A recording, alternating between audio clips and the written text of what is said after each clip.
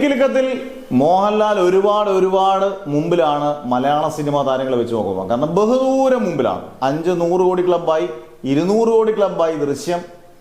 ഇനി ഒരു സിനിമയ്ക്ക് ഭയങ്കര ചാൻസാണുള്ളത്. ഇപ്പം നമുക്ക് തരുൺമൂർത്തിയുടെ അതിമനോഹരം നമുക്ക് പറയാൻ പറ്റത്തില്ല, എന്നാൽ പോലും അതിനേക്കാട്ടിലൊക്കെ ഇപ്പം ആന്റണി പെരുമ്പാവൂർ ഉറപ്പിച്ച് പറഞ്ഞേക്കുന്ന ഒരു പ്രോജക്റ്റ് ലൂസിഫറിന്റെ 3ാം ഭാഗം L3 കുറിച്ചാണ്.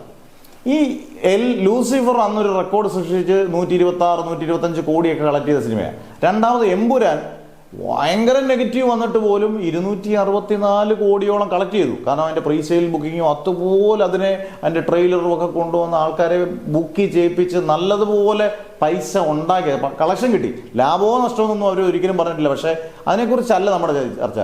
1500 കോടി എത്താൻ ചാൻസ് ഉള്ള, സ്കോപ്പുള്ള ഏക മലയാള സിനിമ നടക്കുവാണെങ്കിൽ L3 ആയിരിക്കും. ചിലപ്പോൾ വേറെ ഒരുപാട് സിനിമകൾ കയറിയെന്നിരിക്കും. നമുക്ക് സിനിമയെ കുറിച്ച് ഒന്നും പറയാൻ പറ്റില്ല. ചിലപ്പോൾ ഒരു കൊച്ചുപടമായിരിക്കും ചിലപ്പോൾ 500 കോടി എത്തുന്നത്. ഇപ്പം അങ്ങനെയാണ് നമ്മൾ ലോകയും മഞ്ഞുവൽ വോയിസും ഒക്കെ അങ്ങനെയാണല്ലോ 2018 ഒക്കെ. പക്ഷേ ഇതിൻ്റെ ഒരു പ്രത്യേകത, പൃഥ്വിരാജ് എമ്പുരാനല്ലാതെ ഒരു എമ്പുരാനിൽ നിന്ന് പഠിച്ച പാഠങ്ങളൊക്കെ ഉൾക്കൊണ്ട് ഗംഭീരമായിട്ട് മേക്ക് ചെയ്യുക. എനിക്ക് ദീപക് ദേവിൻ്റെ മ്യൂസിക്കൊക്കെ വളരെ മോശമായിട്ട് തോന്നി യഥാർത്ഥത്തിൽ എമ്പുരാനിൽ.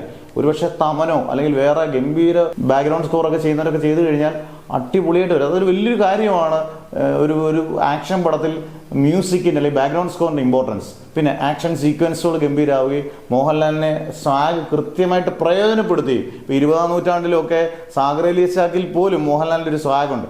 ആ സ്വാഗെങ്കിലും നമുക്ക് L3 കിട്ടിയാൽ അതിൻ്റെ ആദ്യത്തെ ദിവസം ചിലപ്പം പ്രീസെയിൽ തന്നെ 200 കോടി എന്നായിരിക്കും എണ്ണി തുടങ്ങുന്നത്.